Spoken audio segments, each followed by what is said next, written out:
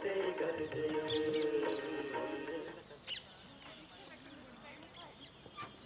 सभी को योग दिवस और संगीत दिवस की बहुत बहुत शुभकामनाएं। आप में से कितने लोगों को पता था कि आज योग दिवस के अलावा संगीत दिवस भी है? कितने लोगों को जानकारी थी? बहुत अच्छी बात है। तो किसी भी कार्यक्रम को आरंभ करते हैं प्रार्थना से। मैं एक बार आप सभी से निवेदन करता हूं कि अपने स्थान पर ही बैठे बैठे खड़े रहने की जरूरत नहीं है, हाथ जोड़ लीजिए। हम भारत माता की प्रार्थना के साथ आज के कार्यक्रम को शुरू करेंगे। आप सभी प्रणाम की मुद्रा में, हाथ जोड़ के नमस्कार की मुद्रा में बिल्कुल शांतिपूर्वक बैठ जाइए। स्टार्ट।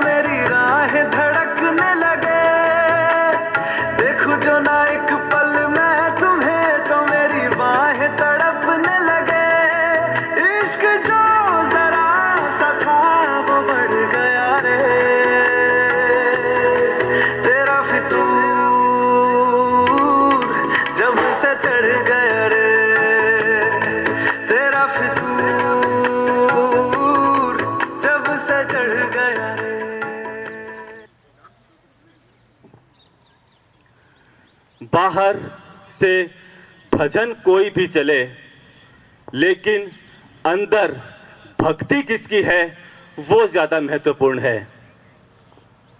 यदि आपके अंदर भारत माता की सेवा करने का फितूर है, तो यदि गाना चलता है तेरा फितूर जब से चढ़ गया रे, तो आपको भारत माता नजर आएगी। लेकिन यदि आपके अंदर भक्ति नहीं है, भारत माता की सेवा करने का फितूर नहीं है, तो तेरा फितूर जब से चढ़ गया रे ये गाना सुन के आपको ईशिता चौहान और प्रति उत्कर्ष शर्मा नजर आएंगे।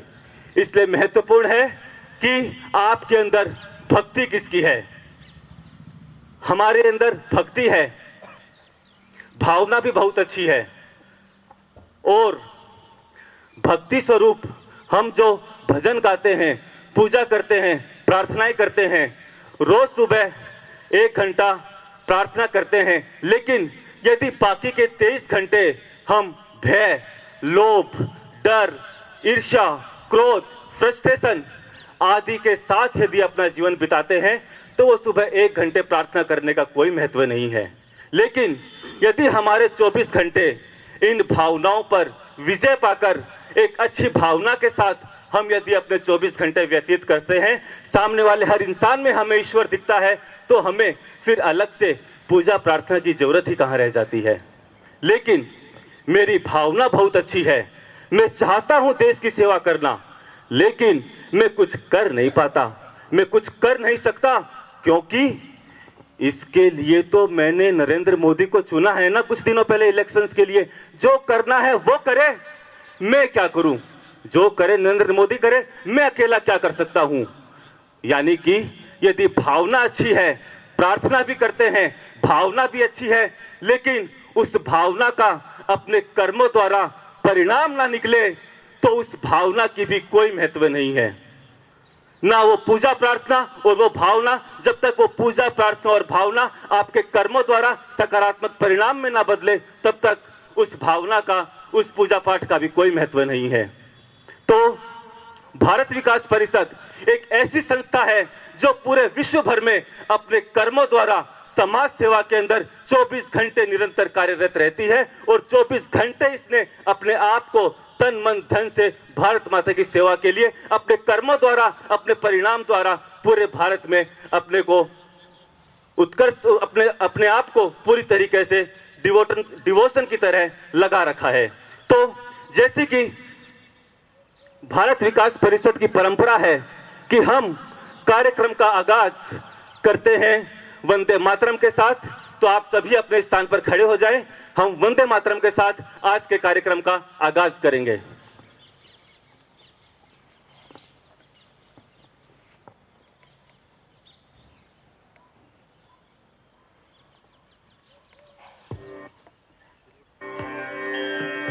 वंदे मातरम, वंदे मातरम, सुजलां सुफलां मलयज शीतलां, सस्य श्यामलां मातरं, वंदे मातरं, शुभ्रज्योत्स्ना पुलकितयामिनी, पुल्लकुसुमित द्रुमदल शोभिनी, सुहासिनी सुमधुर भाषिणी, सुखदां वरदां मातरं, वन्दे मातरं, वन्दे मातरं।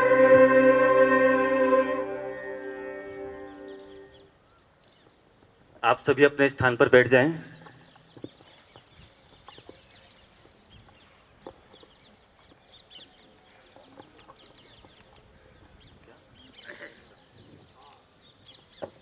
हम शुरुआत करेंगे एक्यूप्रेशर के साथ, ताली के साथ। अभी 1-2 मिनट का संगीत चलेगा। आपको पूरे आनंद के साथ, पूरी मस्ती के साथ अमिताभ बच्चन की आवाज में हरिवंश राय बच्चन की रुबाई है, जिसे पूरी तालियों के साथ एक्यूप्रेशर का लाभ लेते हुए आपको आनंद लेना है। और जो अमिताभ बच्चन अपने पिताजी हरिवंश राय बच्चन का जो मैसेज बताना चाहते हैं, उस मैसेज को भी ध्यान से सुनना है। तैयार है सभी एक्यूप्रेशर के लिए ताली बजाने के लिए? रिदम के साथ बराबर में शुरू कीजिए। इसलिए 2-1 पंक्तियां मधुशाला की।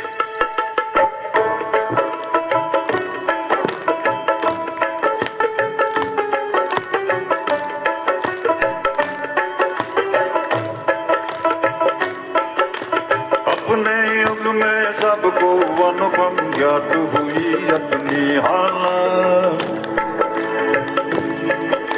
और अपने युग में सबको अद्भुत ज्ञात हुआ अपना प्याला।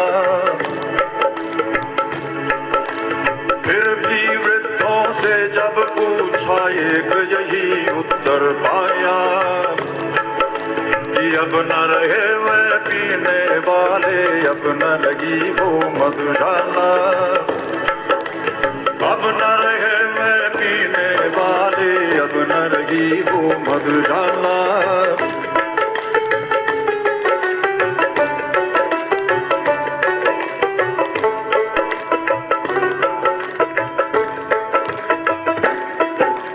एक बरस में एक बार की जलती होली की ज्वाला, और एक बार की लगती बाजी जलते दीपों की माला। दुनिया वालों किंतु किसी दिन या मदिरालय में देखो कि दिन को होली, रात दिवाली, रोज मनाती मधुशाला।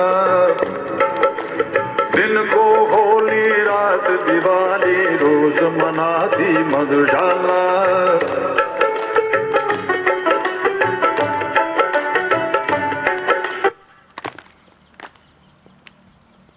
हरिवंश राय बच्चन कह रहे हैं, एक बरस में एक बार ही जलती होली की ज्वाला, एक बार ही लगती बाजी जलती दीपों की माला। दुनिया वालों किंतु किसी दिन आ मदिरालय में देखो, दिन को होली रात दिवाली रोज मनाती मधुशाला। आप में से कितने लोग रोज योगा करते हैं? आप में से कितने लोग रोज दिवाली मनाते हैं? दिवाली तो साल में एक बार ही मनाई जाती है ना? आप में से कितने लोग रोज होली मनाते हैं? अरे कोई नहीं।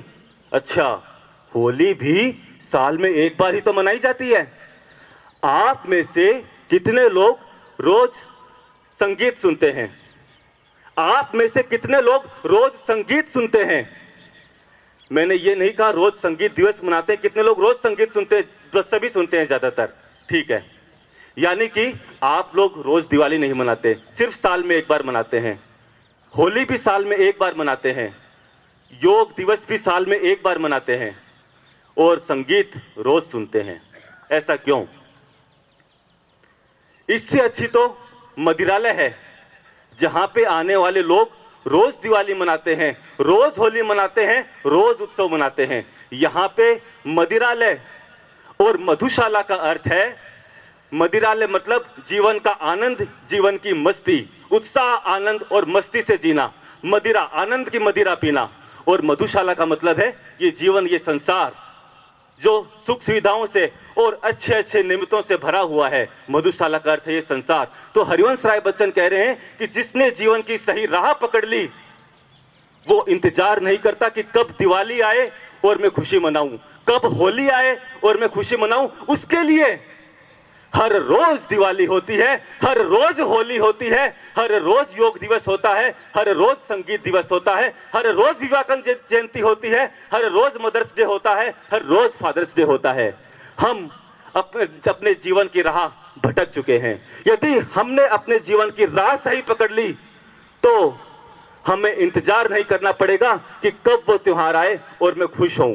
हम लोग त्योहार पे तो बड़ी खुशियां मनाते हैं, लेकिन बाकी की जिंदगी दुख, ईर्ष्या, नफरत, फ्रस्ट्रेशन इसमें गुजारते हैं। हमारी जिंदगी ऐसी होनी चाहिए कि हर रोज उत्सव हो, हर रोज दिवाली हो। यदि सहमत हो तो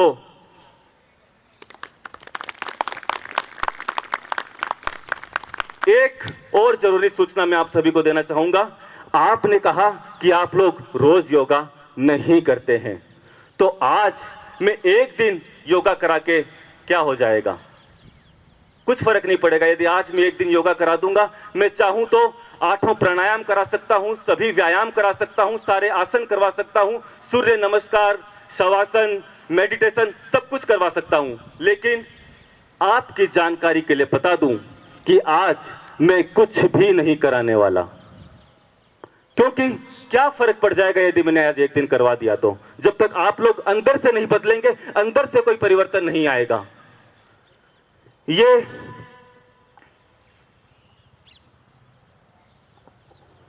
जरूरी है परिवर्तन अंदर से आना। आप लोग कुछ ऐसा हो जाए कि आप सभी लोग रोज योगा प्राणायाम करना शुरू कर दें। तो कुछ इसी कोशिश में आज मैं रहूंगा कि आप सभी को प्रेरणा दे सकूं कि रोज हम योग दिवस बना सकें। कारण क्या है रोज योगा न करने के? नींद, आलस। नींद हमें उठने नहीं देती। तो कोई जरूरी नहीं है कि सुबह 4 बजे योगा किया जाए। आप 6 बजे शुरू कर सकते हैं, 7 बजे शुरू कर सकते हैं, सुबह नहीं तो शाम को कर सकते हैं। कोई ग्रुप नजर नहीं आता आसपास, कोशिश तो कीजिए, अपने चारों तरफ नजर तो दौड़ाइए। कहीं ना कहीं कोई पार्क में, कोई संस्था में जरूर आपको कोई ना कोई मिलेगा जहां पे एक ग्रुप निरंतर योगा करता है, आप वहां जा सकते हैं। अगला कारण, मुझे करना नहीं आता। करना नहीं आता, हाथ पांव ही तो हिलाने हैं, कौन से ज्यादा गंभीर आसन करने हैं, नॉर्मल कर सकते हो, कोई जरूरी नहीं है। ये बहाना भी नहीं चलेगा कि मुझे करना नहीं आता, समय नहीं है मेरे पास। सुबह यदि स्कूल जाने की जल्दी है दफ्तर जाने की जल्दी है तो शाम को समय निकाल सकते हैं। यदि अब समय नहीं निकालेंगे तो अस्पताल में समय निकालना पड़ेगा। किसी भी कार्य को करने के लिए हमारे पास डर होता है या लोभ होता है। कोई भी कार्य या तो डर से किया जाता है या लोभ से किया जाता है, लेकिन यहां तो बीमार होने का डर भी काम नहीं आ रहा और हम स्वस्थ रहेंगे ये लोभ भी काम नहीं आ रहा। यानी ना डर काम आ रहा है ना लोभ काम आ रहा है। बट समस्या तो बड़ी गंभीर है। हमारे पीछे कोई कुत्ता भी नहीं है। मतलब एक बार एक रेस हुई, उसमें एक व्यक्ति फर्स्ट आ गया तो सबने उससे पूछा, भैया आपकी सफलता का राज बताइए, आप रेस में फर्स्ट आए हैं। बोला, भाई जाने दे, मत पूछ मेरे से मेरी सफलता का राज, मेरे को तो ये बता उस आदमी का नाम बता जिसने मेरे पीछे कुत्ता छोड़ा था। तो अपने पीछे एक हस्बैंड अपनी वाइफ को बोल सकते हैं कि मुझे सुबह जल्दी उठा करवा, वाइफ अपने हस्बैंड को बोल सकती है, अपने पेरेंट्स को बोल सकते हैं, अपने बच्चों को बोल सकते हैं। यानी अपने पीछे तू किसी को लगाना पड़ेगा तो आप योगा शुरू कर सकते हैं। और जो सबसे बड़ी गंभीर समस्या है, मानसिकता नहीं है करने की। मुझसे नहीं होता, सुबह जल्दी मुझसे तो नहीं उठा जाता। लेकिन आपकी जगह आप सोचें कि आपका स्टाफ योगा करते। ऑफिस में आप अपने स्टाफ से काम करवाते हैं, आप सोचें अरे भाई मेरी तरफ से सुबह उठ के योगा भी तू ही कर देना यार, मेरे से तो नहीं होता। ऐसा संभव है क्या? अपने स्टाफ से करवा ले योगा, या कोई आदमी अपॉइंट कर ले। तेरे को महीने के 10,000 रुपए दिए, सुबह 4 बजे आएगा और योगा करेगा, मेरे लिए करेगा तू और फायदा मुझे होगा। हो सकता है ऐसा? क्यों नहीं हो सकता? क्योंकि श्री कृष्ण गीता में अर्जुन से कह रहे हैं, मनुष्य को चाहिए इस संसार रूपी समुद्र से स्वयं के द्वारा स्वयं का उद्धार करे, क्योंकि ये मनुष्य आप अपना मित्र, आप अपना शत्रु। और जो सबसे विशेष कारण मुझे नजर आता है वो है करते वक्त बोरियत होती है, मजा नहीं आता। हमें वही काम प्रिय लगता है जिसे करने में हमें मजा आए।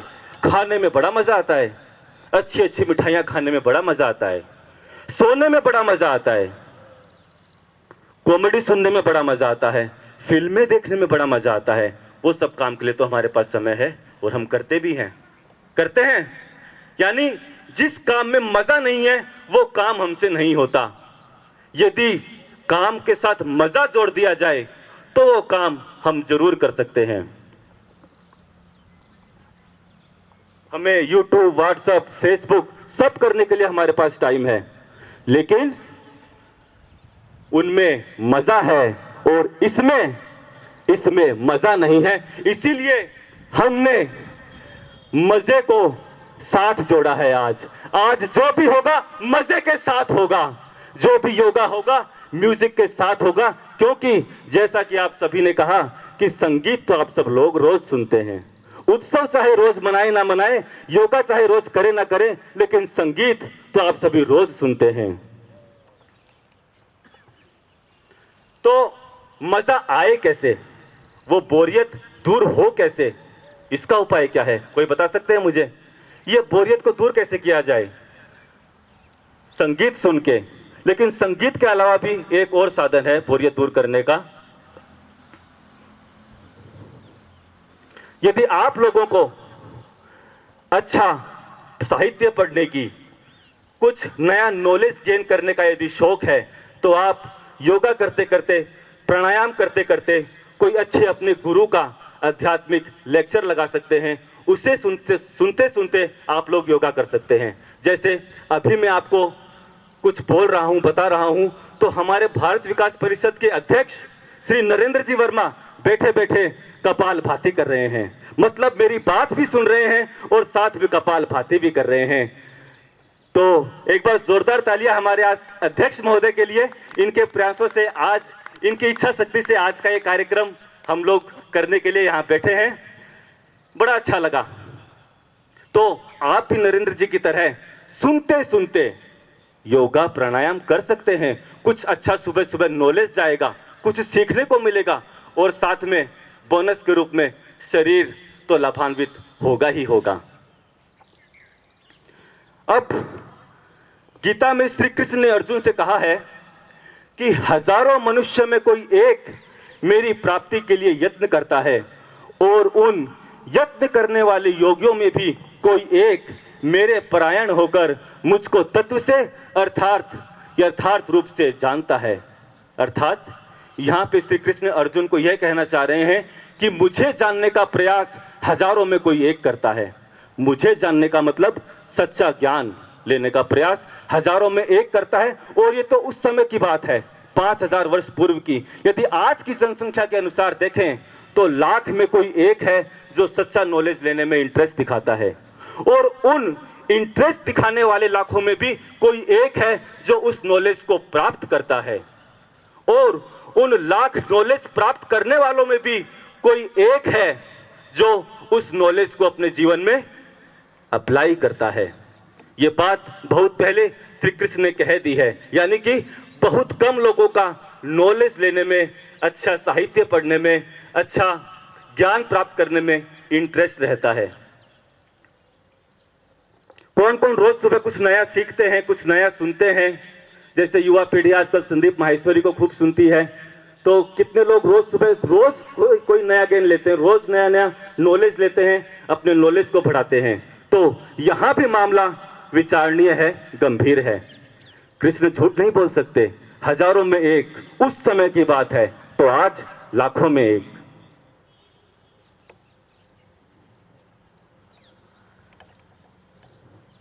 अब चलिए कोई बात नहीं, नया नॉलेज लेने का भी शौक नहीं है, लेकिन संगीत सुनने का तो शौक सभी को है। साहित्य, संगीत और कला से विहीन मनुष्य सींग और पूंछ विहीन पशु जैसा होता है। तो यहां तो सभी संगीत के शौकीन हैं, सभी के सभी संगीत के शौकीन हैं। इसीलिए आज हमने डिसाइड किया कि योगा होगा। मैं मेरी बात पलटता हूं, योगा होगा, प्राणायाम होगा, सब होगा, लेकिन पूरे आनंद के साथ होगा, मस्ती के साथ होगा, मजे के साथ होगा, संगीत के साथ होगा। तो तैयार है सब लोग करने के लिए? कौन कौन तैयार हैं? सभी तैयार हैं। क्यों? योगा में तो मजा नहीं है। आज मजे के साथ योगा करें सभी। चलिए अब आगे बढ़ते हैं। हम संगीत कब सुनते हैं? हम संगीत सुनते हैं सफर कर रहे हैं, गाड़ी में संगीत चला लिया, शादी ब्याह में संगीत चला लिया, हर तरह के गाने हम चलाते हैं और खूब संगीत का आनंद लेते हैं। लेकिन क्या कभी आपने सोचा कि इस संगीत का एक प्रोडक्टिव यूज कितना हो सकता है? कितना हम इस संगीत के सहारे प्राणायाम करके, योगा करके अपने आप को, अपने मन को, अपने तन को खुश कर सकते हैं और उत्साहित कर सकते हैं। तो आज वही हम सभी करने वाले हैं।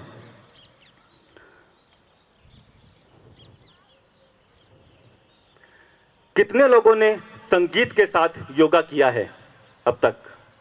कभी मैंने भी कई जगह, काफी संस्थाओं में, काफी जगह, अलग अलग जगहों पे योगा किया है, योगा के कैंप ज्वाइन किए हैं, लेकिन संगीत बहुत कम नजर आया है। जो भी कार्यक्रम होते हैं बिना संगीत के होते हैं। बिना संगीत के, भाई मैं साफ बता दूं, मुझे कार्यक्रम बड़ा नीरस लगता है, मुझे बड़ी बोरियत होती है। यदि 1 मिनट भी म्यूजिक ना चले, मैं एक पल के लिए योगा नहीं कर सकता। म्यूजिक मेरी कमजोरी है। म्यूजिक चलेगा तो ही मेरा पेट चलेगा, म्यूजिक की बीट के साथ ही मेरा पेट चलता है, अन्यथा नहीं चलता। ये मेरी कमजोरी है, शायद आप सभी की भी कमजोरी है। आपको शायद हो सकता है ज्ञान नहीं हो, पता नहीं हो कि म्यूजिक के साथ भी हम रोज योगा को अपनी आदत में ढाल सकते हैं, बना सकते हैं। अब अगला प्रश्न खड़ा होता है कि भैया जी, म्यूजिक वाली बात तो समझ में आ गई, अब म्यूजिक किस प्रकार का हो, किस प्रकार का म्यूजिक होना चाहिए? सुबह सुबह जब योगा करते हैं किस प्रकार का म्यूजिक होना चाहिए? कोई बताएंगे? मोटिवेशनल सॉन्ग हो सकता है, जिसको सुनते ही हमारा रोम रोम जागृत हो जाए और हमें आगे का जो 24 घंटे हमें बिताने हैं उसके लिए हमें नई एनर्जी आ जाए। पाएगा जो लक्ष्य है तेरा, लक्ष्य तो हर हाल में पाना है। सुबह सुबह ऐसा मोटिवेशनल संगीत सुन सकते हैं। एग्रीड? एग्रीड? या फिर भजन कीर्तन भगवान की प्रार्थना सुन सकते हैं सुबह सुबह, ओम जय जगदीश हरे, और प्रार्थना के साथ योगा कर सकते हैं और अपने मन को पवित्र बना सकते हैं। और इसके अलावा किस प्रकार का संगीत सुन सकते हैं? लता मंगेशकर को सुन सकते हैं, मोहम्मद रफ़ी को सुन सकते हैं, किशोर कुमार को सुन सकते हैं। और किस तरह का संगीत सुन सकते हैं? योयो हनी सिंह के बारे में क्या विचार है? क्या योयो हनी सिंह को भी सुन सकते हैं या नहीं? नहीं नहीं, सुबह सुबह किसका नाम ले दिया? नहीं नहीं नहीं, सुबह सुबह तो भजन कीर्तन चलना चाहिए, मोटिवेशनल सॉन्ग चलना चाहिए। क्या राय है आप लोगों की? कैसा संगीत चलना चाहिए? कोई बताना चाहेंगे? किस प्रकार के संगीत से सहमत हैं? मेरी राय है संगीत कैसा भी हो, संगीत वो होना चाहिए जो आपके मन को प्रसन्न करे। वो संगीत जैसे ही चले आपका शरीर भी चलने लग जाए, आपकी नींद उड़ा दे।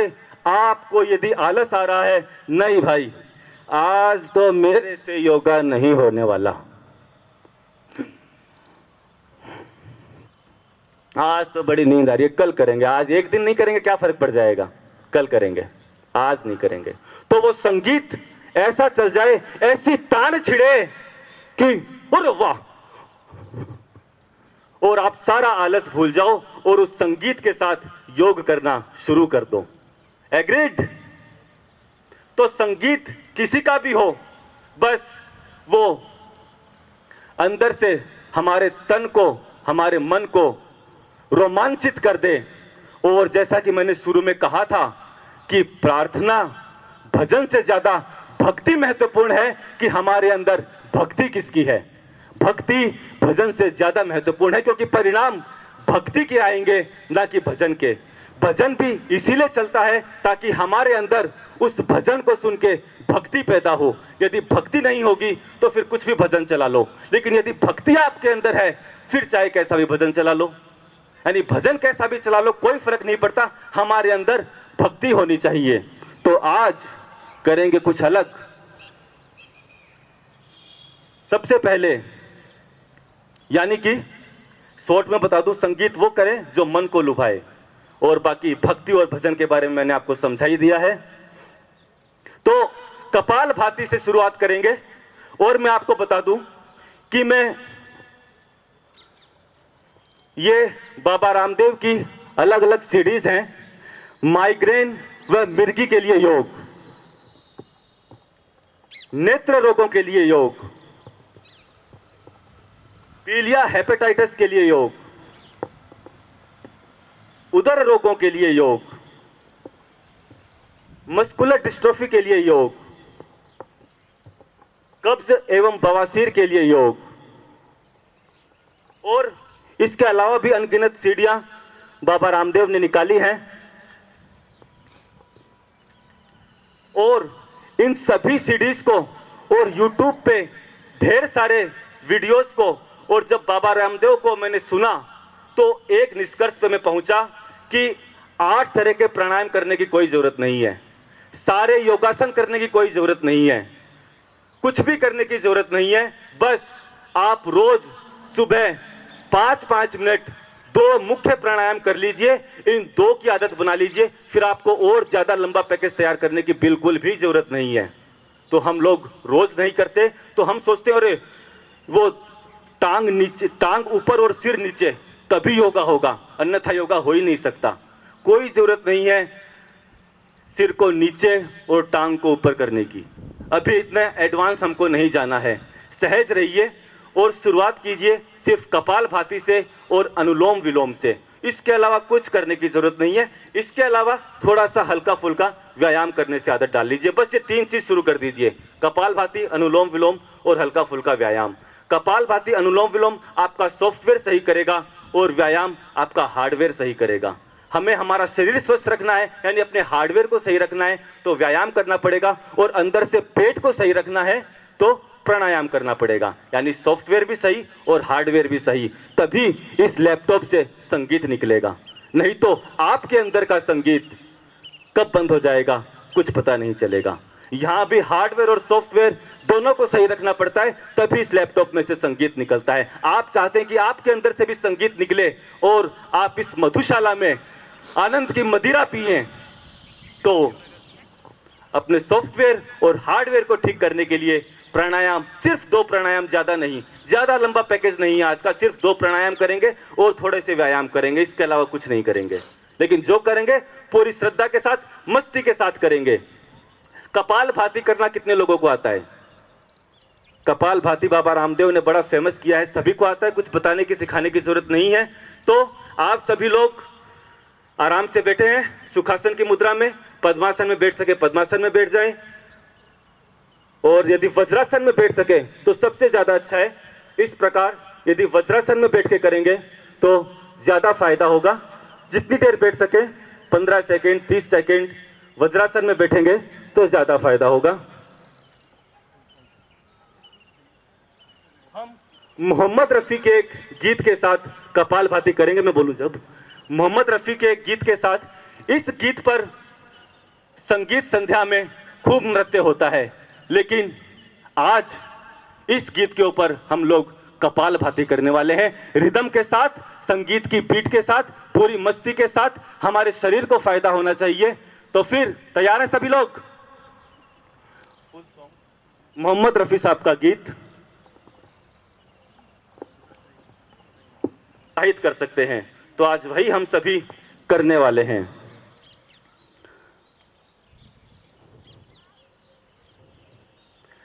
कितने लोगों ने संगीत के साथ योगा किया है अब तक? कभी मैंने भी कई जगह, काफी संस्थाओं में, काफी जगह, अलग अलग जगहों पे योगा किया है, योगा के कैंप ज्वाइन किए हैं, लेकिन संगीत बहुत कम नजर आया है। जो भी कार्यक्रम होते हैं बिना संगीत के होते हैं। बिना संगीत के, भाई मैं साफ बता दूं, मुझे कार्यक्रम बड़ा नीरस लगता है, मुझे बड़ी बोरियत होती है। यदि 1 मिनट भी म्यूजिक ना चले, मैं एक पल के लिए योगा नहीं कर सकता। म्यूजिक मेरी कमजोरी है, म्यूजिक चलेगा तो ही मेरा पेट चलेगा, म्यूजिक की बीट के साथ ही मेरा पेट चलता है, अन्यथा नहीं चलता। ये मेरी कमजोरी है, शायद आप सभी की भी कमजोरी है। आपको शायद हो सकता है ज्ञान नहीं हो, पता नहीं हो कि म्यूजिक के साथ भी हम रोज योगा को अपनी आदत में ढाल सकते हैं, बना सकते हैं।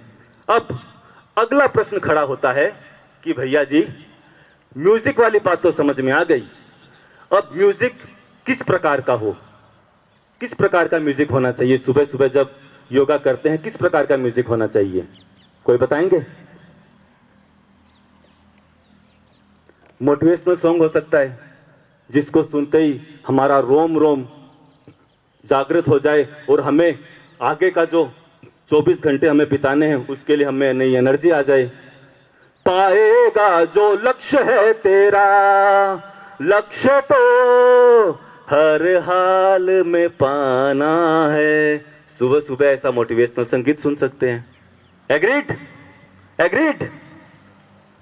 या फिर भजन, कीर्तन, भगवान की प्रार्थना सुन सकते हैं सुबह सुबह। ओम जय जगदीश हरे, और प्रार्थना के साथ योगा कर सकते हैं और अपने मन को पवित्र बना सकते हैं। और इसके अलावा किस प्रकार का संगीत सुन सकते हैं? लता मंगेशकर को सुन सकते हैं, मोहम्मद रफी को सुन सकते हैं, किशोर कुमार को सुन सकते हैं। और किस तरह का संगीत सुन सकते हैं? योयो हनी सिंह के बारे में क्या विचार है? क्या योयो हनी सिंह को भी सुन सकते हैं या नहीं? नहीं नहीं, सुबह सुबह किसका नाम ले दिया? नहीं नहीं नहीं, सुबह सुबह तो भजन कीर्तन चलना चाहिए, मोटिवेशनल सॉन्ग चलना चाहिए। क्या राय है आप लोगों की? कैसा संगीत चलना चाहिए? कोई बताना चाहेंगे? किस प्रकार के संगीत से सहमत हैं? मेरी राय है, संगीत कैसा भी हो, संगीत वो होना चाहिए जो आपके मन को प्रसन्न करे। वो संगीत जैसे ही चले आपका शरीर भी चलने लग जाए, आपकी नींद उड़ा दे। आपको यदि आलस आ रहा है, नहीं भाई आज तो मेरे से योगा नहीं होने वाला, आज तो बड़ी नींद आ रही है, कल करेंगे, आज एक दिन नहीं करेंगे, क्या फर्क पड़ जाएगा, कल करेंगे, आज नहीं करेंगे। तो वो संगीत ऐसा चल जाए, ऐसी तान छिड़े कि अरे वाह, और आप सारा आलस भूल जाओ और उस संगीत के साथ योग करना शुरू कर दो। एग्रीड? तो संगीत किसी का भी हो, बस वो अंदर से हमारे तन को, हमारे मन को रोमांचित कर दे। और जैसा कि मैंने शुरू में कहा था कि प्रार्थना भजन से ज्यादा भक्ति महत्वपूर्ण है कि हमारे अंदर भक्ति किसकी है। भक्ति भजन से ज्यादा महत्वपूर्ण है, क्योंकि परिणाम भक्ति के आएंगे, ना कि भजन के। भजन भी इसीलिए चलता है ताकि हमारे अंदर उस भजन को सुन के भक्ति पैदा हो। यदि भक्ति नहीं होगी तो फिर कुछ भी भजन चला लो, लेकिन यदि भक्ति आपके अंदर है फिर चाहे कैसा भी भजन चला लो, यानी भजन कैसा भी चला लो, कोई फर्क नहीं पड़ता, हमारे अंदर भक्ति होनी चाहिए। तो आज करेंगे कुछ अलग। सबसे पहले, यानी कि शॉर्ट में बता दूं, संगीत वो करें जो मन को लुभाए, और बाकी भक्ति और भजन के बारे में मैंने आपको समझा ही दिया है। तो कपालभाति से शुरुआत करेंगे। और मैं आपको बता दूं कि मैं ये बाबा रामदेव की अलग अलग सीरीज हैं। माइग्रेन व मिर्गी के लिए योग, नेत्र रोगों के लिए योग, पीलिया हेपेटाइटिस के लिए योग, उदर रोगों के लिए योग, मस्कुलर डिस्ट्रोफी के लिए योग, कब्ज एवं बवासीर के लिए योग, और इसके अलावा भी अनगिनत सीढ़ियां बाबा रामदेव ने निकाली हैं। और इन सभी सीडीज को और YouTube पे ढेर सारे वीडियोस को, और जब बाबा रामदेव को मैंने सुना तो एक निष्कर्ष पे मैं पहुंचा कि 8 तरह के प्राणायाम करने की कोई जरूरत नहीं है, सारे योगासन करने की कोई जरूरत नहीं है, कुछ भी करने की जरूरत नहीं है। बस आप रोज सुबह 5-5 मिनट 2 मुख्य प्राणायाम कर लीजिए, इन 2 की आदत बना लीजिए, फिर आपको और ज्यादा लंबा पैकेज तैयार करने की बिल्कुल भी जरूरत नहीं है। तो हम लोग रोज नहीं करते, तो हम सोचते हैं अरे वो टांग नीचे, टांग ऊपर और सिर नीचे तभी योगा होगा, अन्यथा योगा हो ही नहीं सकता।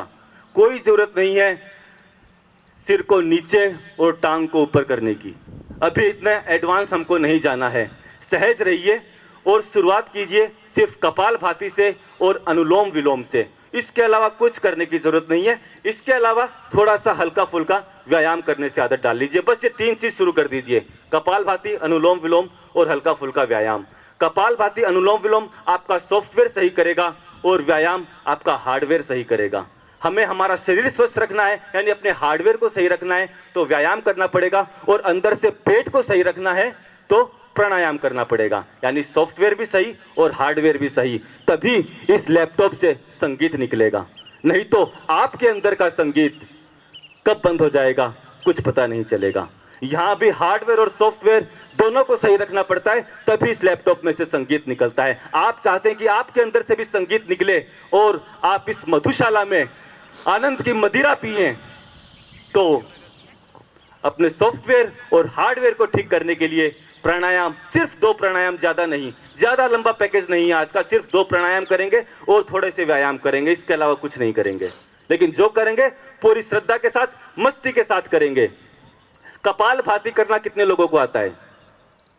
कपालभाति बाबा रामदेव ने बड़ा फेमस किया है, सभी को आता है, कुछ बताने की सिखाने की जरूरत नहीं है।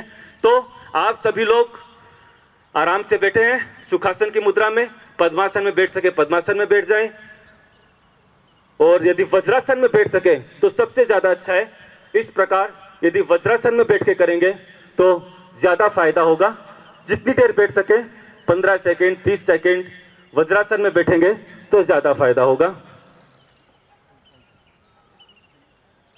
हम मोहम्मद रफी के एक गीत के साथ कपालभाति करेंगे। मैं बोलूं जब, मोहम्मद रफी के एक गीत के साथ, इस गीत पर संगीत संध्या में खूब नृत्य होता है, लेकिन आज इस गीत के ऊपर हम लोग कपालभाति करने वाले हैं। रिदम के साथ, संगीत की बीट के साथ, पूरी मस्ती के साथ, हमारे शरीर को फायदा होना चाहिए। तो फिर तैयार हैं सभी लोग? मोहम्मद रफी साहब का गीत।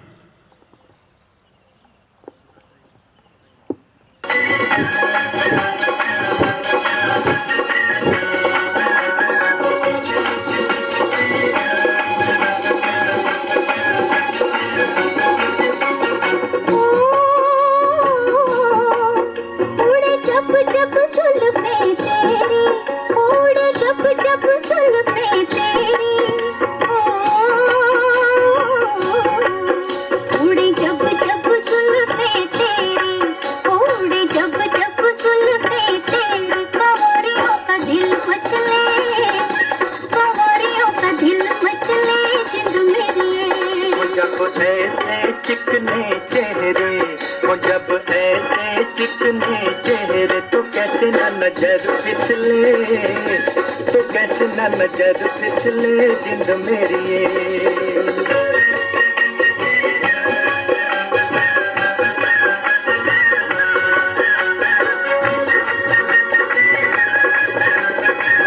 पूरे आनंद के साथ, मस्ती के साथ करते रहिए, करते रहिए, करते रहिए और संगीत का भी आनंद लीजिए।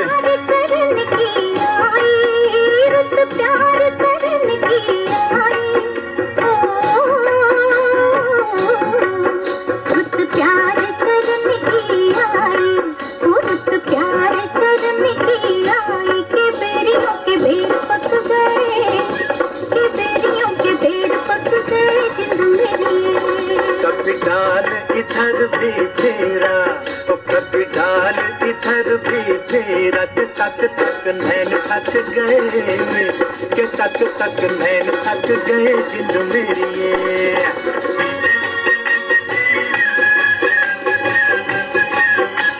रोज सुबह कम से कम 5 मिनट कीजिएगा।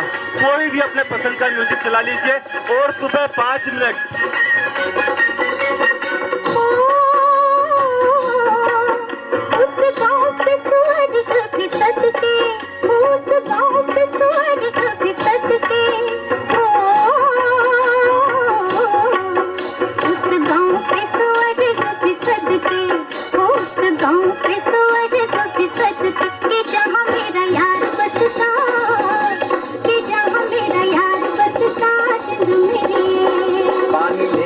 बहाने आजा तो पानी लेने के बहाने आजा के तेरा मेरा एक रास्ता के तेरा मेरा एक रास्ता। तो कैसा रहा ये नया अनुभव? हाँ जी, आनंद में रहा, बहुत बढ़िया। तो इतना तो रोज अब कर ही सकते हैं। अब थोड़ी बोरियत होगी योगा करने में, अब थोड़ी बोरियत होगी कपालभाति करने में। अब अनुलोम विलोम कितनों को करना आता है? यदि कपालभाति आती है तो अनुलोम विलोम भी आता होगा। तो मुझे कुछ बताने में, सिखाने में समय जाहिर करने की जरूरत नहीं है। अब हम किशोर कुमार के साथ, तो अब हम किशोर कुमार के साथ अनुलोम विलोम करेंगे। देखिए, जो कलाकार होता है वो ईश्वर के सबसे नजदीक होता है, क्योंकि कला बुद्धि से नहीं आती। कला तो हमारे दिल में, हमारे अंदर जो भगवान बैठे हैं, हमारी जो आत्मा है, आत्मा के अंदर जो ईश्वर बैठे हैं, वो हमारे अंदर कला भेजते हैं। तो इन कलाकारों के लिए एक बार जोरदार तालियां, जिन्होंने इतनी अच्छी आवाज और इतने अच्छे संगीत के साथ हम सभी को ये उपहार दिया है। उस उपहार का क्यों ना हम प्रोडक्टिव यूज करें और इस संगीत को प्रोडक्टिव बनाएं, ना कि सिर्फ टाइम पास करने का साधन। तो अनुलोम विलोम के लिए आप सभी तैयार हैं और अनुलोम विलोम करेंगे 4 मिनट किशोर कुमार की आवाज में। शुरू कर दीजिए।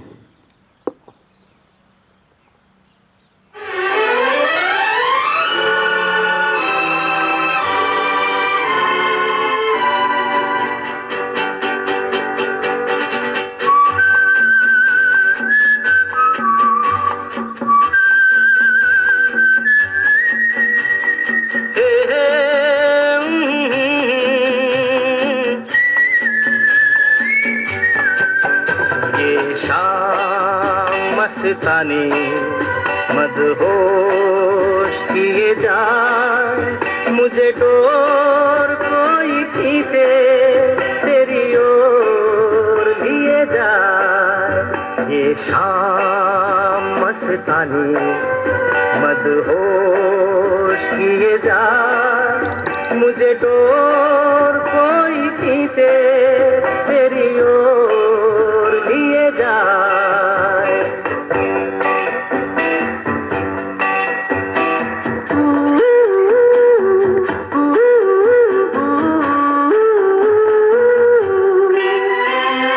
दूर रहती है तू मेरे पास आती नहीं, होठों पे तेरे कभी प्यास आती नहीं।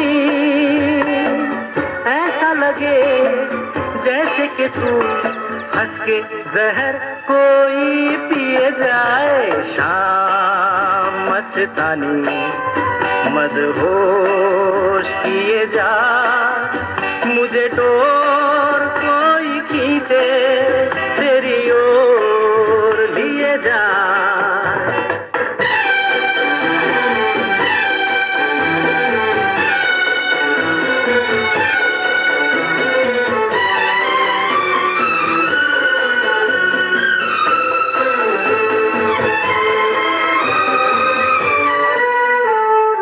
बात जब मैं करूं मुझे रोक देती है क्यों, तेरी मीठी नजर मुझे टोक देती है क्यों।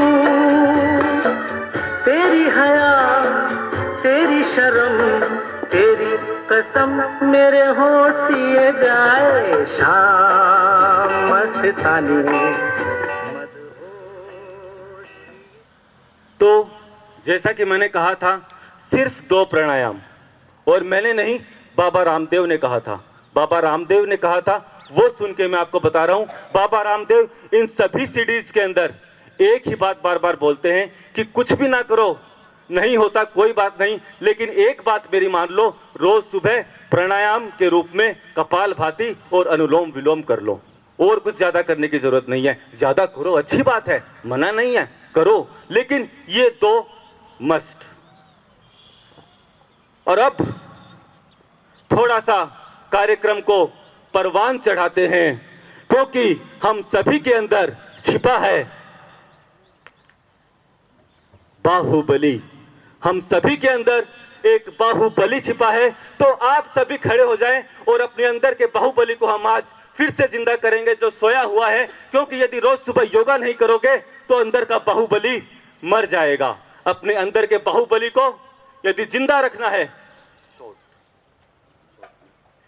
अपने अंदर के बाहुबली को यदि जिंदा रखना है, तो बाहुबली को देखना पड़ेगा, सुनना पड़ेगा, कुछ ऐसा रोमांचक संगीत लगाना पड़ेगा जिससे मुर्दा में भी जान आ जाए। तूफान से लड़ने से रोष आता है, तूफान से लड़ने से रोष आता है, शूलों पे चलने से जोश आता है।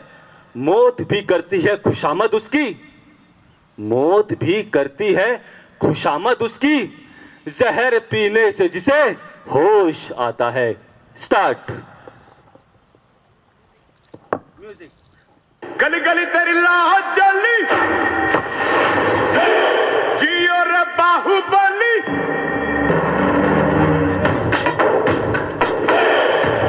चेहरे पे स्माइल रखिए, चेहरे पे स्माइल। तेरी लाज जली, जियो रे बाहुबली।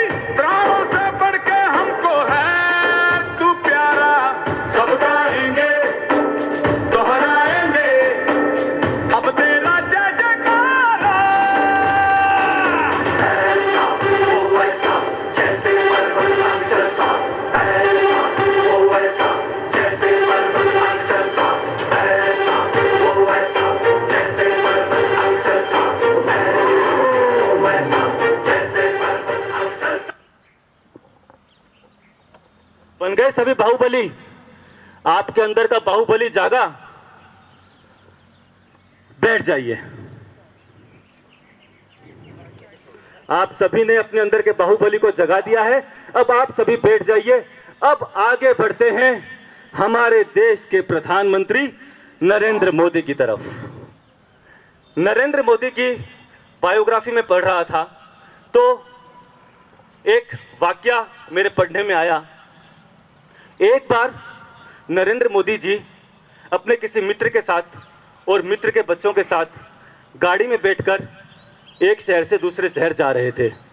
तो उस छोटे बच्चे ने गाड़ी में संगीत चलाया। आप जैसा कोई मेरी जिंदगी में आए तो बात बन जाए, हाँ हाँ हाँ बात बन जाए। तो फिर बच्ची के पिता ने बच्ची को बड़ा जोर से डांटा और गाने को बंद कर दिया। ये कैसा संगीत चला रखा है? संगीत तो हमारे जमाने में होते थे, संगीत तो हमारे जमाने में होता था। और आजकल का संगीत, उस बच्ची को बुरी तरह डांटा। नरेंद्र मोदी बगल में ही बैठे थे। नरेंद्र मोदी ने कहा, हम लोग पुराने से इतना प्रेम करते हैं कि नए का विरोध करने लग जाते हैं। हम लोग पुराने से इतना प्रेम करते हैं कि नए का विरोध करने लगते हैं, लेकिन इसका मतलब यह नहीं कि परिवर्तन नहीं आएगा। परिवर्तन तो आएगा। संगीत हो या सारा जीवन, बदलाव का नाम ही विकास है और प्रगति परिवर्तन से ही आएगी। इसलिए जो पुराना है उसे संभालते हुए, हमने अभी पुराना संगीत सुना मोहम्मद रफी साहब का, किशोर कुमार का, तो नरेंद्र मोदी जी कह रहे हैं कि जो पुराना है उसे संभालते हुए हमें नए का भी स्वागत करना पड़ेगा, क्योंकि परिवर्तन प्रकृति का नियम है। तो परिवर्तन के लिए आप सभी तैयार हैं? सभी परिवर्तन के लिए सहिष्णु है ना? या आप भी अपने बच्चों को डांटते हैं, ये क्या फालतू, वो क्या फालतू? संगीत तो हमारे जमाने का होता था। अरे आपके जमाने का संगीत आपके जमाने के साथ चला गया, नए बच्चों को नया संगीत अच्छा लगेगा। इसमें गलत क्या है? संगीत तो संगीत होता है। संगीत एक कलाकार की रचना है। कलाकार की रचना ईश्वर की रचना है। संगीत को बुद्धि से तैयार नहीं किया जा सकता कि मैं सीए हूं और मैं सोचूं कि मैं कल एक AR रहमान की तरह धुन तैयार कर लूं। मेरी बुद्धि नहीं कर पाएगी ये काम, वो तो आत्मा से निकलेगा संगीत। तो फिर नरेंद्र मोदी जी की बात मानते हुए हम नए का स्वागत करते हैं और एक बार फिर से आप सभी अपने स्थान पर खड़े हो जाएं। एक बार फिर से आप सभी अपने स्थान पर खड़े हो जाएं।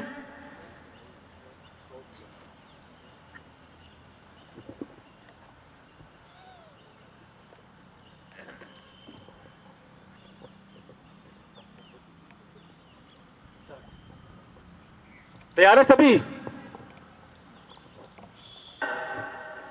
लंबरगिनी चलाई जाने ओ, लंबरगिनी चलाई चेहरे पे स्माइल के साथ सानू भी झूठा दे दो, किथे कल्ले कल्ले जाई जाने ओ, सानू भी झूठा दे दो, किथे कल्ले कल्ले जाई जाने ओ। मॉडल टाउन च मारी गेड़ी, मॉडल टाउन च मारी गेड़ी, सानू भी झूठा दे दो, किथे कल्ले कल्ले जाई जाने ओ। इश्क दा ऐसा पाया जाल सोनिए, दिल मेरा कट के ले गई नाल सोनिए, तेरे पीछे लगे हो या साल सोनिए, मान जा क्यों ना सता,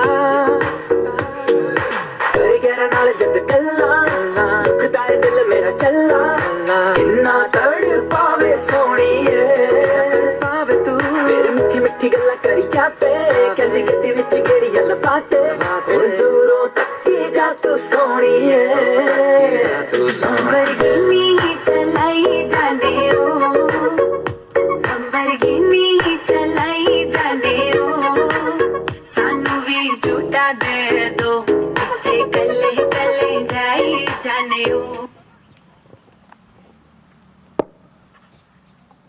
आप सभी का बहुत बहुत धन्यवाद कि आप सभी ने नए गाने का भी स्वागत किया। एक बार फिर अपने स्थान पर बैठ जाइए।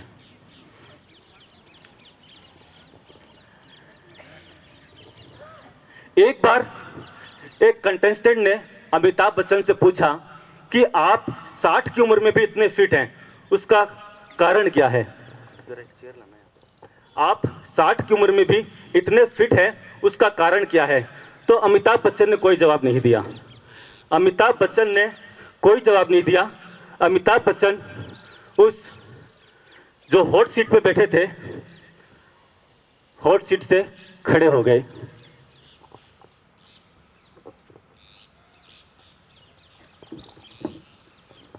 फिर हॉट सीट पर बैठ गए, फिर हॉट सीट से खड़े हो गए,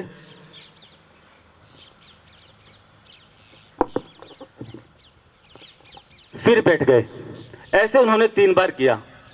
तो अमिताभ बच्चन ने कहा कि मैं सिर्फ बैठा नहीं रहता, मैं जब मौका मिलता है बार बार खड़ा होता हूं, बैठता हूं, खड़ा होता हूं, बैठता हूं, मूवमेंट करता हूं। सिर्फ हम लोग जो ऑफिसेज में काम करते हैं पूरे 8 घंटे लगातार बैठे रहते हैं, बैठे बैठे, ए वो फाइल ला, ये काम कर, वो काम कर, ऐसे नहीं वैसे नहीं, बस बैठे बैठे 8 घंटे कंटिन्यू बैठे रहते हैं। खड़े होने का तो नाम ही नहीं है। तो बीच बीच में हर 1 घंटे से खड़े होइए, थोड़ा वॉक कीजिए, फिर आके अपनी चेयर पे बैठ जाइए। तो ये था अमिताभ बच्चन की फिटनेस का राज। इसीलिए मैं आप सभी को बार बार बैठा रहा हूं, खड़ा करवा रहा हूं, बैठा रहा हूं, खड़ा करवा रहा हूं। आगे और ज्यादा धमाल होने वाला है। जैसे जैसे कार्यक्रम आगे बढ़ता है, क्लाइमेक्स भी बदलता रहता है। और तो अब अगली प्रस्तुति के लिए आप सब लोग तैयार रहिएगा। उससे पहले मैं आपको बता दूं कि चीन के एक बहुत बड़े साइकोलॉजिस्ट हैं लाओ त्से। जैसे श्री कृष्ण ने अर्जुन को गीता कही, उसे गीता कहा जाता है, इसी प्रकार लाओ त्से ने जीवन से जुड़े, साइकोलॉजी से जुड़े बड़े गहरे सूत्र दिए हैं, जिन्हें टाओ ते चिंग के नाम से जाना जाता है। तो उस टाओ ते चिंग में लाओ त्से ने एक बड़ा ही प्यारा सूत्र दिया है। क्या आप अपनी भीतरी दृष्टि इतनी साफ कर सकते हैं कि जहां से आपको सिवाय प्रकाश के, जहां से आपको सिवाय प्रकाश के और कुछ दिखाई ही ना दे। बड़ी सीधी सी बात है, समझ में आई होगी। आपकी भीतरी दृष्टि क्या इतनी साफ है कि जहां से आपको सिवाय प्रकाश की ओर कुछ दिखाई ही ना दे। अब संगीत तो संगीत होता है, बस रोमांच पैदा होना चाहिए, और बाकी भक्ति और भजन के बारे में आपको बता ही चुका हूं। तो एक बार फिर आप सभी खड़े हो जाइए। अब व्यायाम करें और शरीर से पसीना न निकले, वो व्यायाम नहीं हो सकता। तो अब थोड़ा एडवांस्ड व्यायाम करेंगे, जो रोज नहीं करते, हल्का फुल्का करें, नहीं तो अगले 10 दिन तक मेरी याद आएगी और हाथ पांव पूरी तरीके से दर्द देंगे। वैसे तो कल से आप सब लोग करने वाले हैं ही, इसलिए कोई समस्या नहीं है। तो अब थोड़ा हम व्यायाम को फास्ट करेंगे और मेरे को बताइएगा कि किसके शरीर से कितना पसीना निकला। 200 ml, 500 ml, 1 लीटर, 5 लीटर, ये मैं पूछने वाला हूं। और जैसा कि लाओ त्से की बात को फिर से आगे बढ़ाते हैं, तो कि क्या आप अपनी भीतरी दृष्टि इतनी साफ कर सकते हैं कि जहां से आपको सिवाय प्रकाश की ओर कुछ दिखाई ना दे। यानी कि अब आपके ऊपर है कि जो अगला गाना चलने वाला है, कि जो अगला गाना चलने वाला है उसमें आपको संगीत ज्यादा नजर आता है, संगीत ज्यादा नजर आता है, संगीत ज्यादा नजर आता है, संगीत ज्यादा नजर आता है, या सपना चौधरी।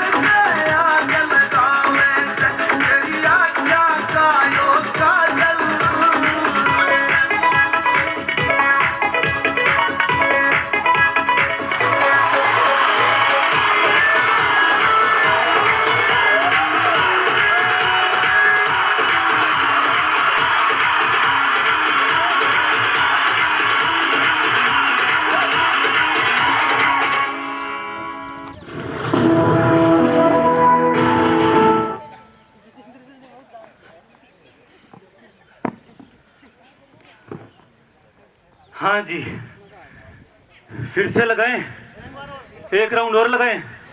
सपना चौधरी का है, आगे बढ़े। म्यूजिक का, हाँ जी, कितना पसीना आया, पसीना आया। जब तक रोज पसीना नहीं निकलेगा ना, कोई मतलब नहीं है, कोई फायदा नहीं होगा। हम सभी दिन पर दिन बेशर्म होते जा रहे हैं, हम सभी बेशर्म हैं। अरे बेशर्म, सॉरी सॉरी सॉरी, जुबान फिसल गई। बेशर्म नहीं, मैं बोलना चाह रहा था हम सभी बेशर्म हैं। तो जब तक श्रम नहीं करेंगे पसीना नहीं निकलेगा, और जब तक पसीना नहीं निकलेगा हमारी बॉडी डिटॉक्स नहीं होगी। तो फिर अब आगे लाओ त्से के बाद आगे बढ़े, उससे पहले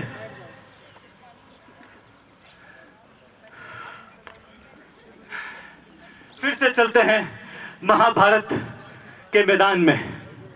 बैठ जाइए।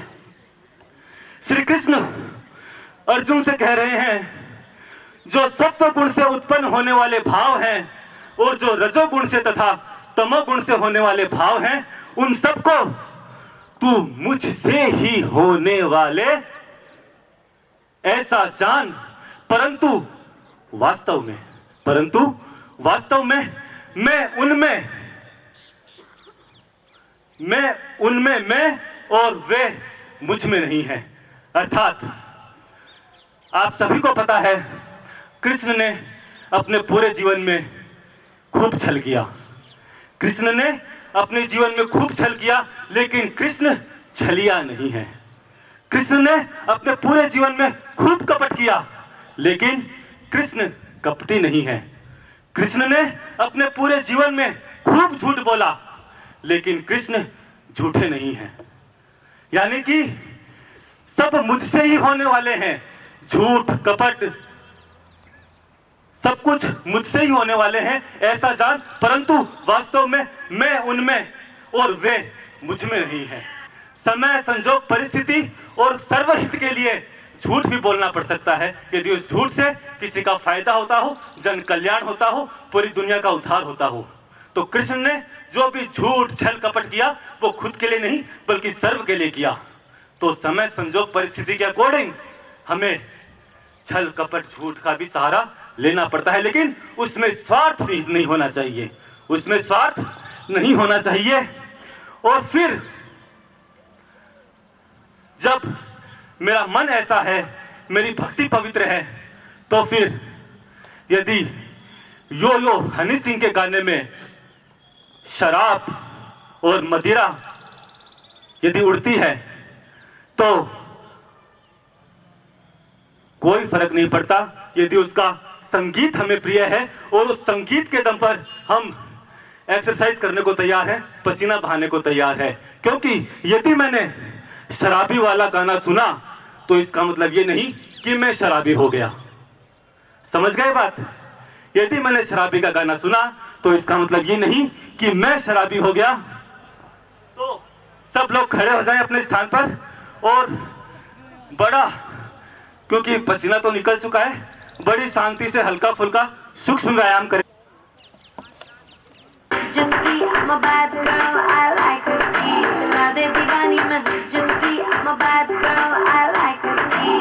जब मुझको चढ़ जाती तो नशे में हो जाती मैं रुस्की। बना दे दीवानी मैं जिसकी I'm a bad girl, I like her skin. चल कुड़ियां नी चल हो तैयार, देसी दारू इंग्लिश बार। चल कुड़ियां नी चल हो तैयार, देसी दारू इंग्लिश बार। छोटे छोटे बैग मार में भी छोटे छोटे बैग मार, छोटे छोटे बैग मार में भी छोटे। Put your hands up. Put your hands up. Put your hands up. Put your hands up. Put your hands up.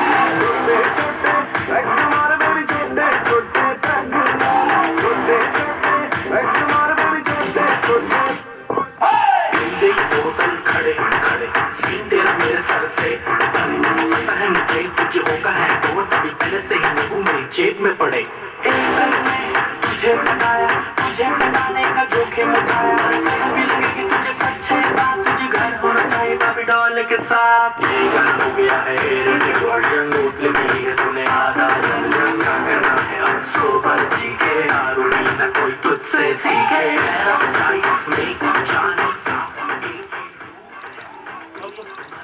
देखिए, मैंने आपसे कहा था कि फिर से व्यायाम नहीं करेंगे, सिर्फ हल्का फुल्का सूक्ष्म व्यायाम करेंगे और मैंने सूक्ष्म व्यायाम ही मैं करवा रहा था, लेकिन संगीत मुझे अच्छा लगा।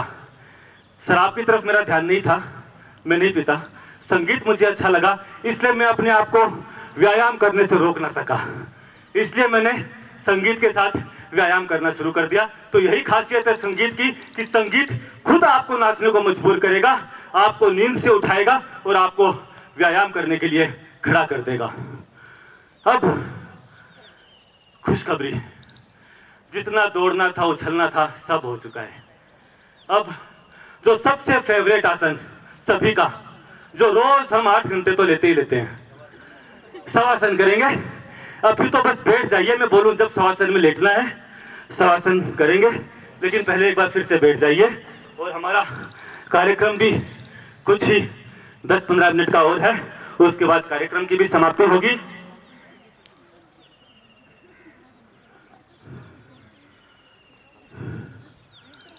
देखिए, जब इस कार्यक्रम का मैंने कॉन्सेप्ट तैयार किया था, जब मेरे दिमाग में ये आइडिया आया कि ये इस तरीके से कुछ नया किया जाए, कुछ अलग किया जाए, भीड़ से अलग किया जाए, तो मेरे दिमाग में एक जो विचार आ रहा था, जो मैंने काफ़ी लोगों की राय भी ली कि भाई मैं इस तरीके से भारत विकास परिषद का कार्यक्रम है और मैं शुरुआत ऐसे करने वाला हूँ, वंदे मातरम की बजाय बॉलीवुड गीत तेरा फितूर, और बीच में ये हनी सिंह के गाने भी चलेंगे और ये भी होगा वो भी होगा। और जिम्मे ऐसा थोड़ी होता है, ये कार्यक्रम मत कराना, अच्छा थोड़ी लगता है। तो फिर किसी ने सपोर्ट किया, किसी ने कहा नहीं ऐसा नहीं, सुबह सुबह तो सिर्फ भजन प्राणायाम यही चलना चाहिए और कुछ नहीं चलना चाहिए। तो भैया जी, यदि कोई किसी चीज से हमें फायदा होता हो, हमारी सोच यदि सकारात्मक हो, अंदर भक्ति हो और हमें कुछ एनर्जी मिलती हो, हमारा दिन पॉजिटिव बनता हो, हमारा शरीर स्वस्थ होता हो, हमें नींद से जगाता हो, तो उस मधुर संगीत में क्या गुरेज है। तो फिर मैं महाभारत युग में गया और श्री कृष्ण का अर्जुन को दिया हुआ एक वाक्य मुझे ध्यान आया कि श्री कृष्ण अर्जुन से कह रहे हैं कि भांति भांति के वचनों को सुनने से विचलित हुई तेरी बुद्धि जब परमात्मा में अचल और स्थिर ठहर जाएगी, तब तू योग को प्राप्त हो जाएगा, अर्थात तेरा परमात्मा से नित्य संयोग हो जाएगा। भांति भांति के वचनों को सुनने से विचलित हुई तेरी बुद्धि जब परमात्मा में अचल और स्थिर ठहर जाएगी, तब तू योग को प्राप्त हो जाएगा और तेरा परमात्मा से नित्य संयोग हो जाएगा। यानी कि लोग कुछ भी कहेंगे, ये सही, ये गलत, ये पाप, ये पुण्य, ये अच्छा, ये बुरा, लेकिन मुझे पता होना चाहिए कि मैं क्या कर रहा हूं। मेरी आत्मा को, मेरे दिल को विश्वास होना चाहिए कि मैं जो कर रहा हूं वो बिल्कुल सही कर रहा हूं। यही बात श्री कृष्ण समझाना चाह रहे हैं कि सुनो सबकी, लेकिन करो अपनी। यदि आपका मन पवित्र है, आपकी आत्मा पवित्र है, आपकी भावना शुद्ध है, तो कर डालो। अच्छे बुरा, पाप पुण्य, सही गलत, क्या होगा, मान मिलेगा, अपमान मिलेगा, उन सब से पीछे हट जाओ और अपने कर्म में डूब जाओ। क्योंकि मैंने कहा था, सिर्फ अच्छी भावना से कुछ नहीं होता, सिर्फ प्रार्थना करने से कुछ नहीं होता, बल्कि उस प्रार्थना और उस भावना के जरिए कार्यों के रूप में परिणाम निकलना चाहिए। तो उम्मीद करता हूं आप सभी मेरी इस भावना को समझेंगे और कल से योगा प्राणायाम शुरू करेंगे।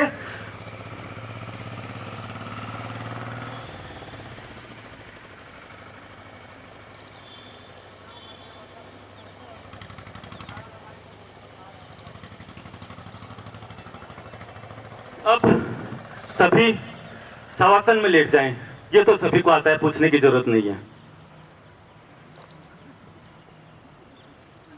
सभी शवासन में लेट जाएं और फिर एक मधुर गीत के साथ शवासन को करेंगे।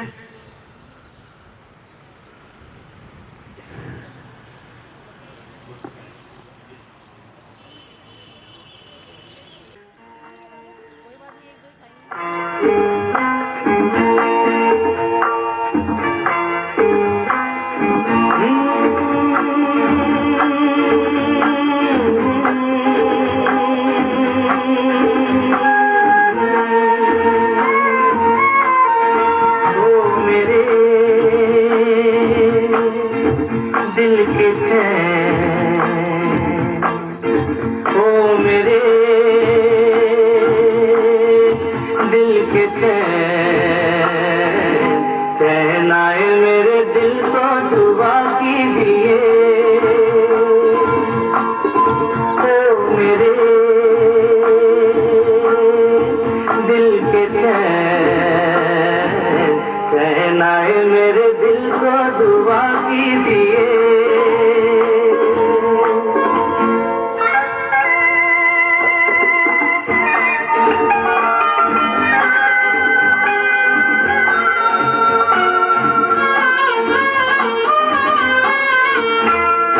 अपना ही साया देख के तुम जाने जहां शर्मा गए।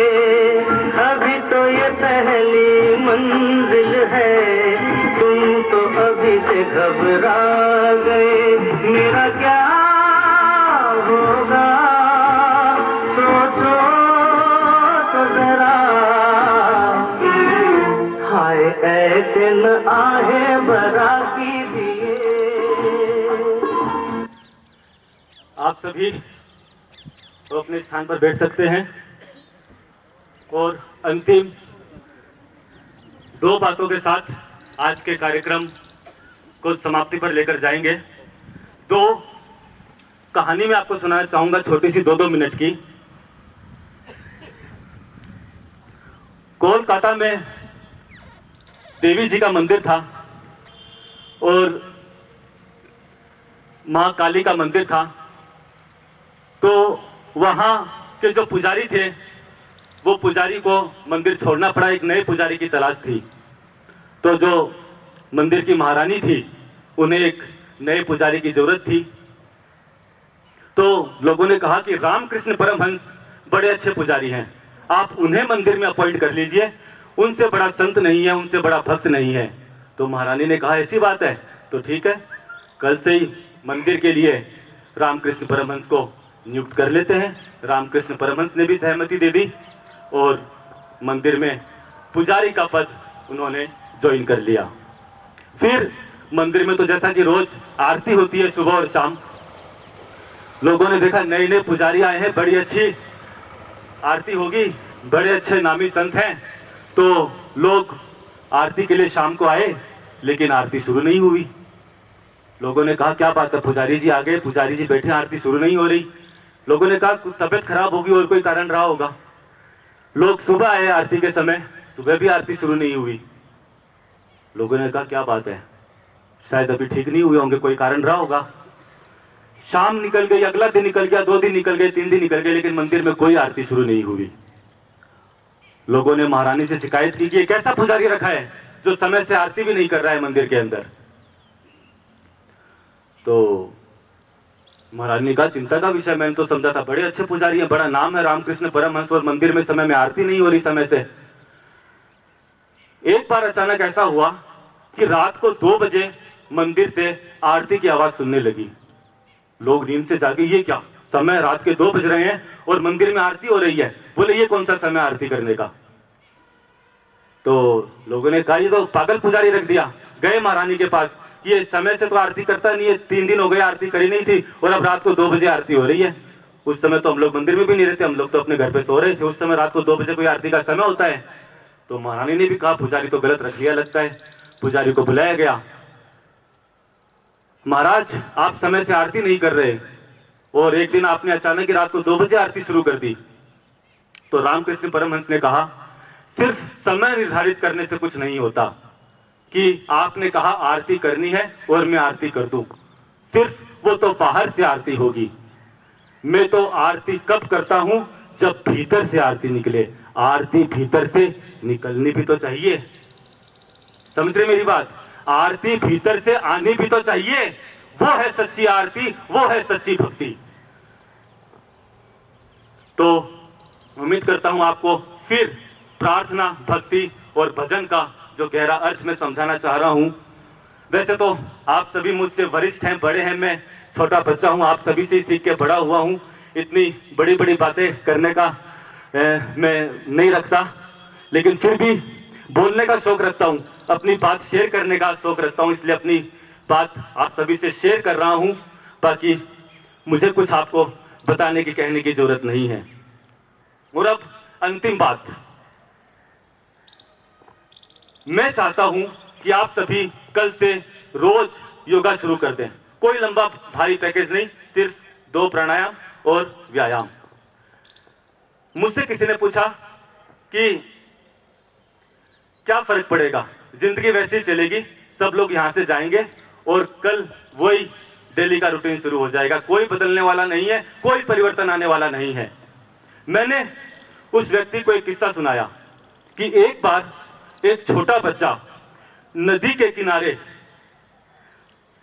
जो मछलियां समुद्र की लहर की वजह से नदी के किनारे आकर रुक रही थी, ठहर रही थी और वापस पानी में नहीं जा पा रही थी, क्योंकि लहर इतनी तेज थी कि वो लहर के बहाव के साथ दूर रेत के ऊपर गिरे जा रही थी। एक बच्चा उन मछलियों को उठा उठा के वापस समुद्र के अंदर फेंक रहा था।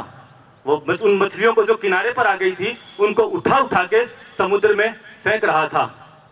किसी व्यक्ति ने टोका कि इतनी बड़ी दुनिया है, इतने सारे समुद्र हैं, लाखों करोड़ों मछलियां किनारे पर आती हैं, अपनी जान देती हैं, किस किस को बचाओगे? कितनी मछलियों को नदी में वापस फेंक पाओगे, समुद्र में वापस फेंक पाओगे? किस किस को बचा पाओगे? उस छोटे से बच्चे ने एक प्यारा सा जवाब दिया। उस बच्चे ने उस व्यक्ति के सामने एक मछली को उठाया और समुद्र में फेंका और कहा, उसके तो फर्क पड़ा ना, उस एक मछली का तो फर्क पड़ा ना। लाखों मछलियों का मैं उद्धार ना कर सकूं, मैं करोड़ों मछलियों को पानी में वापस ना डाल पाऊं, लेकिन कम से कम उस एक के जीवन में तो परिवर्तन आया ना, उस एक मछली की तो जान बची ना। तो यदि आप में से एक भी यदि संगीत को सहारा बना के, संगीत की ऊर्जा को सम्मिलित करके यदि कल से प्राणायाम शुरू करते हैं, तो वो भी मेरा प्रयास मैं कहूंगा कि सफल हुआ है। कोई जरूरी नहीं कि आप सब शुरू कर दें। और अब भारत विकास परिषद का ये कार्यक्रम है, तो जैसा कि भारत विकास परिषद की परंपरा है कि कार्यक्रम का अंत राष्ट्रगान के साथ होता है, आप सभी अपने स्थान पर खड़े हो जाएं और हम राष्ट्रगान के साथ आज के कार्यक्रम का अंत करेंगे।